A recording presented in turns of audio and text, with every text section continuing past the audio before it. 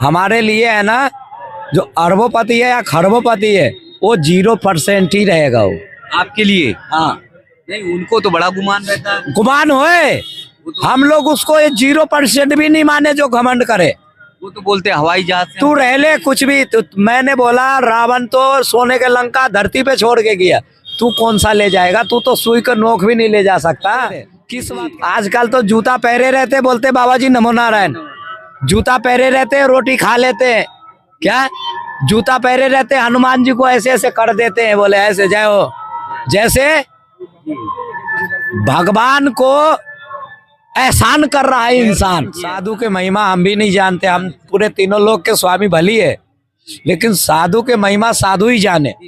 ठंड गर्मी बरसात सब सहन करने के लिए साधु तैयार रहते हैं। तो बोले संत मिलन को जाइए तज माया अभिमान, ज्यो ज्यो पग आगे बढ़े त्यों तो यज्ञ समान। तो हमारे हाथ में, एक हाथ में माला एक हाथ में भाला है, 1 मिनट में काम कर देंगे हम तो। डरना चाहिए, नागा बाबा लोगों से तो डरना चाहिए। क्यों डरना चाहिए? क्योंकि कहते हैं सांप सांप साधु और शेर ये बोल करके हमला नहीं करता है। महाकुंभ में पूज्य नागा सन्यासी महाराज जी का दर्शन आप सब कर सकते हैं। इसके बाद 12 वर्ष के लिए ये विलीन हो जाएंगे।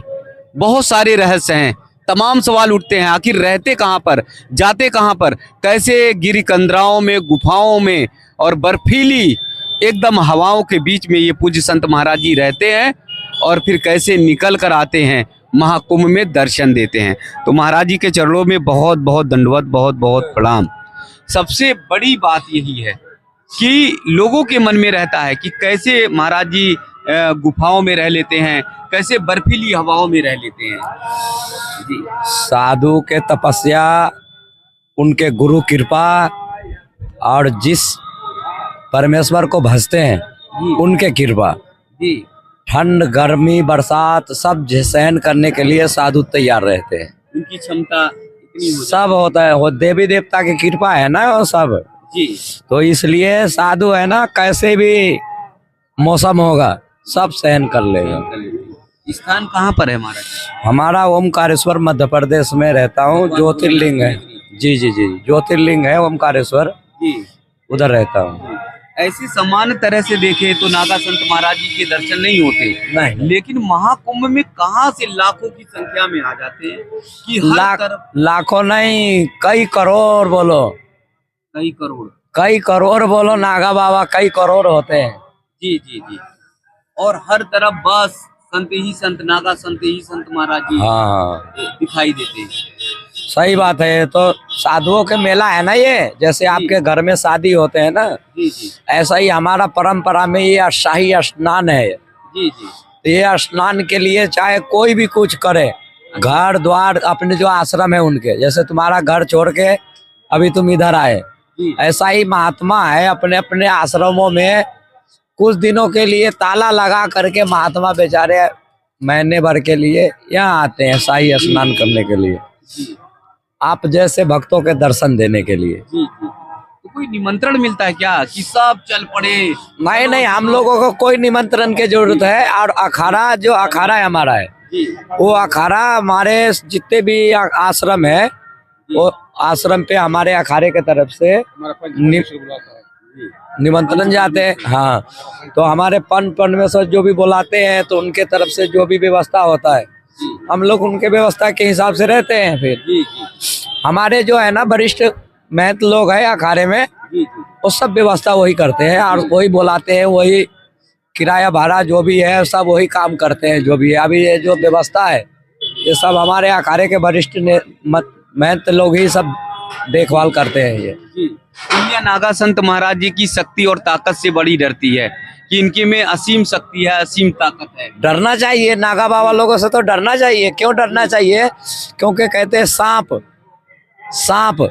साधु और शेर ये बोल करके हमला नहीं करता है। सांप साधु शेर बोलकर हमला नहीं करते, नहीं, धाड़ कब कर दे क्या कोई भरोसा नहीं है। इसलिए सांप से भी दूर रहना चाहिए, साधु से भी दूर रहना चाहिए। आओ दर्शन करो, लेकिन मुंह जोड़ी ना करो।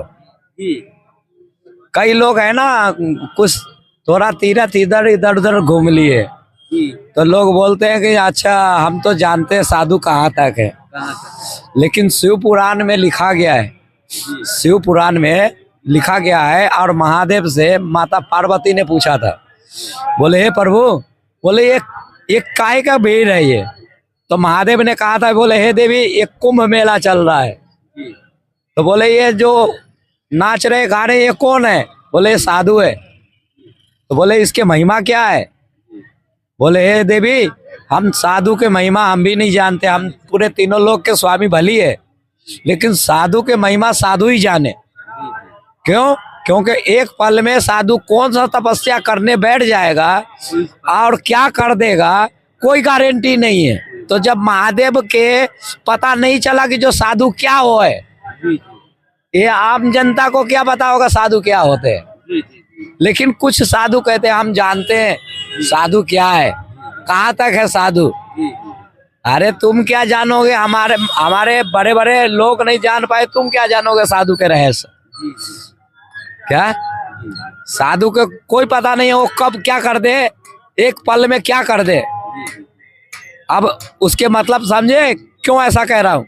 क्योंकि राजा सागर के 60,000 पुत्र थे। हमारे गुरु कपिल मुनि जी ने एक ही बार आँख खोले थे तो 60,000 पुत्र राजा सागर के जल के भस्म हो गए।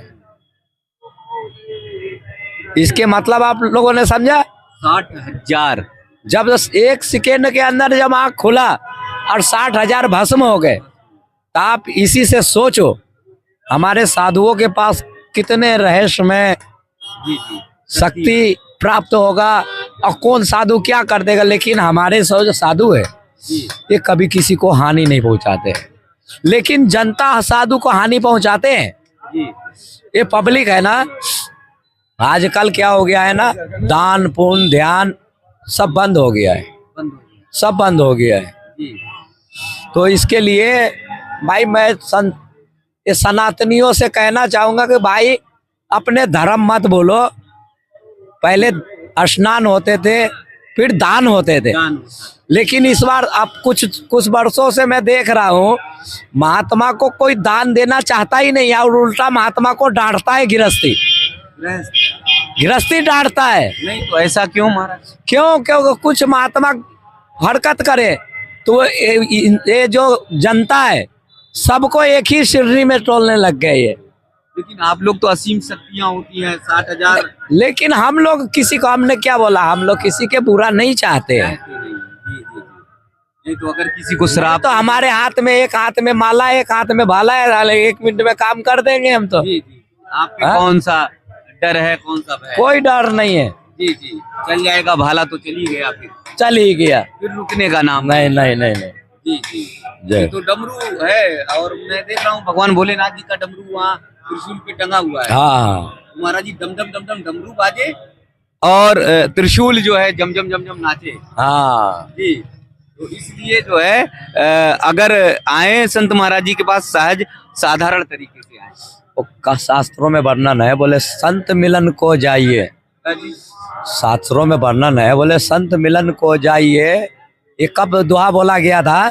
जब राम जन्म भी नहीं लिया था तब ये दोहा बोला गया था। बोले संत मिलन को जाइए तज माया अभिमान, ज्यों ज्यों पग आगे बढ़े त्यों तो यज्ञ समान। ये किसके लिए, किसके बोला था? केकई से बोला था।